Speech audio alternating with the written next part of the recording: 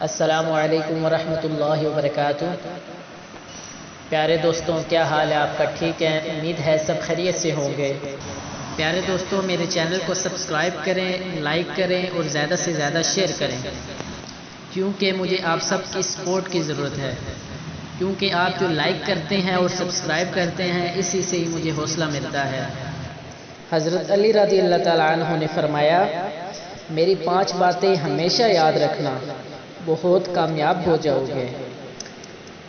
رزق کے پیچھے اپنا ایمان خراب مت کرو، کیونکہ رزق انسان کو ایسے تلاش کرتا ہے جیسے مرنے والے کو موت۔ دکھ میں کبھی پچھتاوے کے آنسو نہ بہو، کیونکہ تم وہ خوش نصیب ہو جسے اللہ نے آزمائش کے قابل سمجھا۔ حضرت علی رضی اللہ تعالیٰ عنہ فرماتے ہیں کہ اللہ تعالیٰ کے علاوہ کسی سے کوئی امید نہ رکھنا، کیونکہ اللہ پاک کے علاوہ کوئی ذات نہیں جو کہ تمہاری امیدوں کو پورا کر سکے۔ اپنے گناہوں کے علاوہ کسی چیز سے نہ ڈر، نہ کہ کل کو جب اپنے اللہ کے سامنے جاؤ گے تو اللہ کو کیا منہ دکھاؤ گے۔ اسی لیے ہر وقت یہ خوف اپنے دل میں رکھو کہ کوئی گناہ تم سے سرزد ہو گیا ہو تو گناہ تم کر چکے، اس پر اللہ سے استغفار کرو۔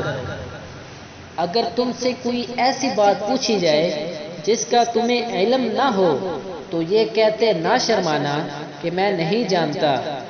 بہت سے لوگ ایسے ہیں جو کہ ایک چیز کے بارے میں نہیں جانتے، پھر بھی تکے لگانا شروع کر دیتے ہیں۔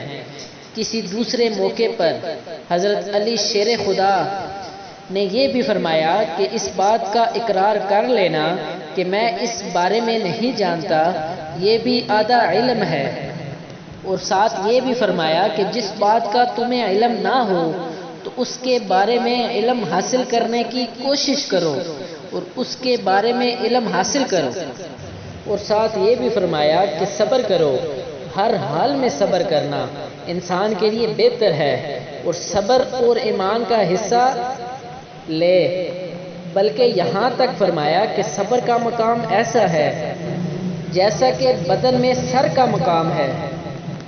معلوم ہوا کہ صبر کا مقام ایمان کے ساتھ بڑا گہرا تعلق ہے، اسی لیے چاہیے کہ صبر کا دامن کبھی نہیں چھوڑنا چاہیے۔